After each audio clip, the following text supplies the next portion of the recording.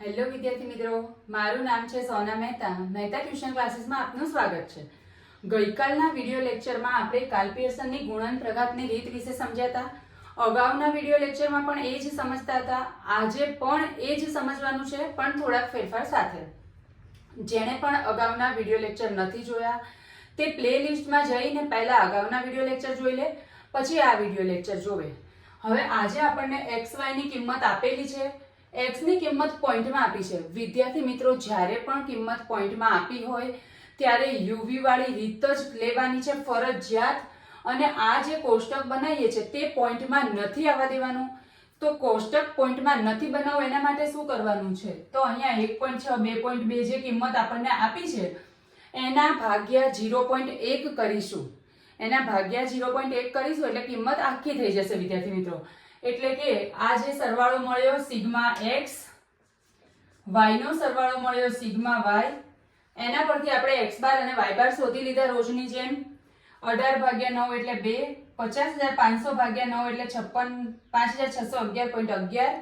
હવે આપણે uv વાળા સૂત્રમાં કાલે સમજ્યા હતા કે પહેલા u ની જરૂર પડે.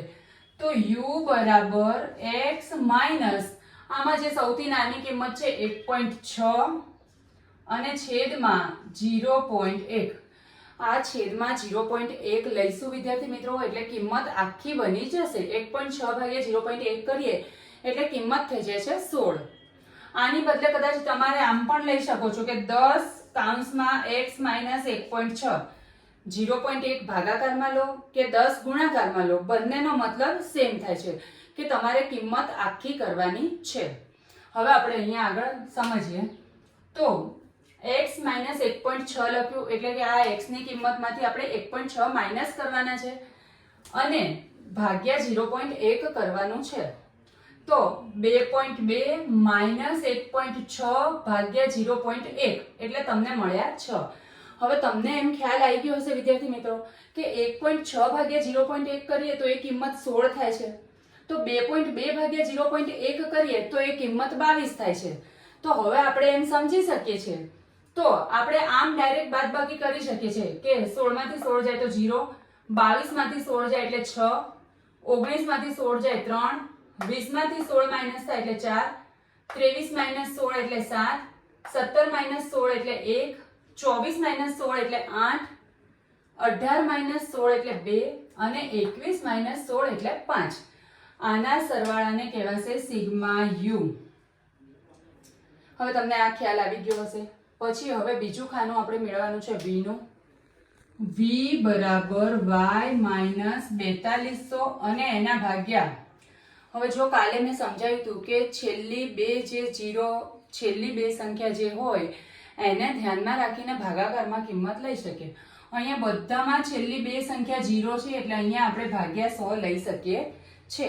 3 હોય તો 1000 લઈ શકીએ, 1 હોય તો 10 લઈ શકીએ અને છેલ્લી બે સંખ્યામાં 05 હોય તો 5, 50 કંઈ પણ લઈ શકીએ. તો હવે અહીંયા 4200 માઈનસ 4200 એટલે 0, 5500 માઈનસ 4200 ભાગ્યા 100 કરવાનું છે.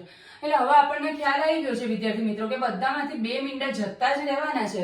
તો આપણે ડાયરેક્ટ બાદબાકી કરી શકીએ છીએ. કઈ રીતે? તો 55 માઈનસ 42 એટલે 13, 60 માઈનસ 42 એટલે 18, 62 માઈનસ 42 એટલે 20, 61 માઈનસ 42 એટલે 19, 49 માઈનસ 42 એટલે 7, 59 માઈનસ 42 એટલે 17, 50 માઈનસ 42 એટલે 8 અને 67 માઈનસ 42 એટલે 25. ખ્યાલ આવે છે વિદ્યાર્થી મિત્રો? હવે આ v જે છે એના સરવાળાને કહેવાશે સિગ્મા v. હવે એના પછીનું ખાનું આપણું બને છે uv એટલે કે આ બંનેનો ગુણાકાર. તો હવે 13 ગુણ્યા 6 એટલે 78, 18 તેરી 54, 20 ચોક 80, 19 સત્તા 133, 7 એકા 7, 17 અઠ્ઠા 136, 8 દૂ 16 અને 25 પંચા 125. uv ના ટોટલને કહેવાશે સિગ્મા uv. હવે આપણે જરૂર છે u સ્ક્વેર. આ u સ્ક્વેર એટલે u ની દરેક કિંમતનો વર્ગ કરવાનો છે. 0, 6 નો 36, 3 નો 9, 4 નો 16, 7 નો 49, 1 નો 1, 8 નો 64, 2 નો 4 અને 5 નો 25.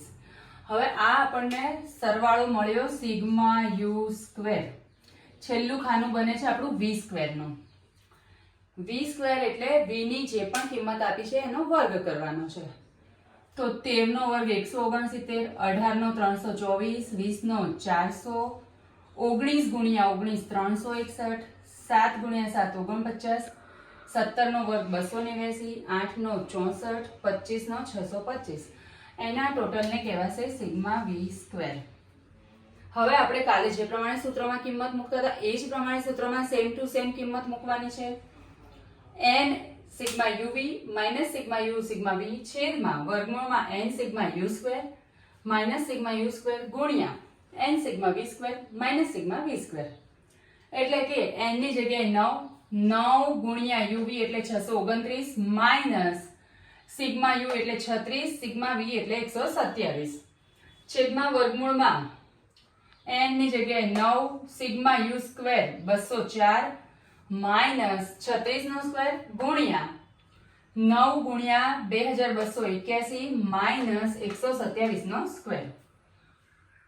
એટલે મળ્યું 5661 માઇનસ 4572 છેદમાં વર્ગમૂળમાં 9 ગુણ્યા 204 એટલે 1836 માઇનસ 36 નો વર્ગ 1296 ગુણ્યા 9 ગુણ્યા 2281 એટલે કે 20529 માઇનસ 127 નો સ્ક્વેર 16129.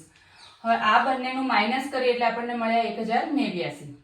એવી જ રીતે છેદમાં આ બંનેનું માઇનસ કર્યું એટલે મળ્યા 540 અને આ બેનું માઇનસ કર્યું એટલે મળ્યા 4400. 1089 છેદમાં આ બંનેનો ગુણાકાર. એટલે એ કિંમત મળી ગઈ આપણને. અને હવે આ જે કિંમત મળી એને વર્ગમૂળમાંથી કાઢવાની છે. એટલે 1089 આને વર્ગમૂળમાંથી કાઢ્યું એટલે 1541.43. અને હવે છેલ્લે બેનો ભાગાકાર કરીએ એટલે આપણો જવાબ મળ્યો વિદ્યાર્થી મિત્રો 0.71 જે પ્લસમાં મળ્યો છે એટલે ધન સહસંબંધ ધરાવે છે. તો આશા રાખું છું વિદ્યાર્થી મિત્રો આ રીતમાં પણ તમને સમજ પડી હશે અને મજા આવી હશે દાખલો ગણવાની. તો વિડીયોને લાઈક કરો, ચેનલને સબસ્ક્રાઇબ કરો અને શેર કરો. મળીએ નેક્સ્ટ વિડીયોમાં.